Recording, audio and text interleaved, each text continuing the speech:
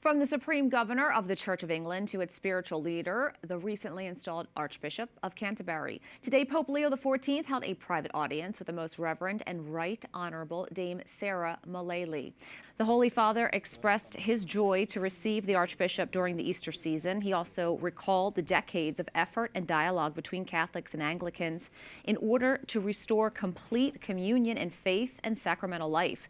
Pope Leo said it would be a scandal if the two churches did not work together to overcome their differences. The two also prayed together. We spoke with some of the priests and ministers in Rome working towards Christian unification about the meeting. Whenever the Pope meets the Archbishop of Canterbury, good things happen, I believe. I think part of her visit is not only about relationships between Catholics and Anglicans, but what does it mean for the entire Christian church? Joining us now is Father James Bradley, Assistant Professor at the School of Canon Law at the Catholic University of America. Thank you so much for coming on.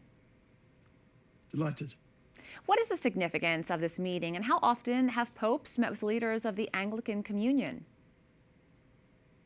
Well, the most famous interaction between the Pope and an Archbishop of Canterbury was between Paul VI and Michael Ramsey 60-something years ago at this point. And today's meeting is really in the same spirit.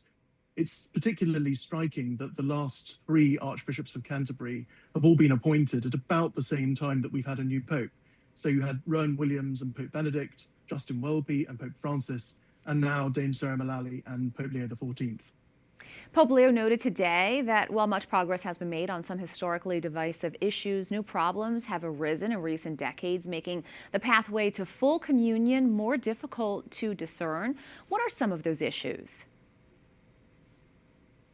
Well, I think since the early part of this century, the Anglican Communion has moved away from positions that it held in common with the Catholic Church, or at least partly in common with the Catholic Church, on matters of faith and morals. We think particularly here of the ordination of women to the priesthood and to the episcopate, and also same-sex marriage and so on and so forth, in different ways and to different degrees, depending on the different provinces of the Anglican Communion. But those issues have certainly become a stumbling block to the realization of full and visible communion. I think what Pope Leo really sought to underscore today is that despite these difficulties, we have a responsibility to pray together, to work together, and to witness together to our faith in Jesus Christ. Given that reality, what can be done practically towards achieving unity? Well, from my own perspective, as a priest of the personal ordinariate of Our Lady of Walsingham, I would see the ordinariate as a really wonderful example of realized ecumenism, as we like to say. The ordinariate was set up by Pope Benedict to allow Anglicans to enter the Catholic Church whilst bringing elements of the Anglican tradition with them.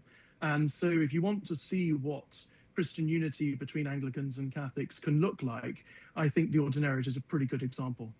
Father James Bradley, thank you. Thanks, Veronica. God bless.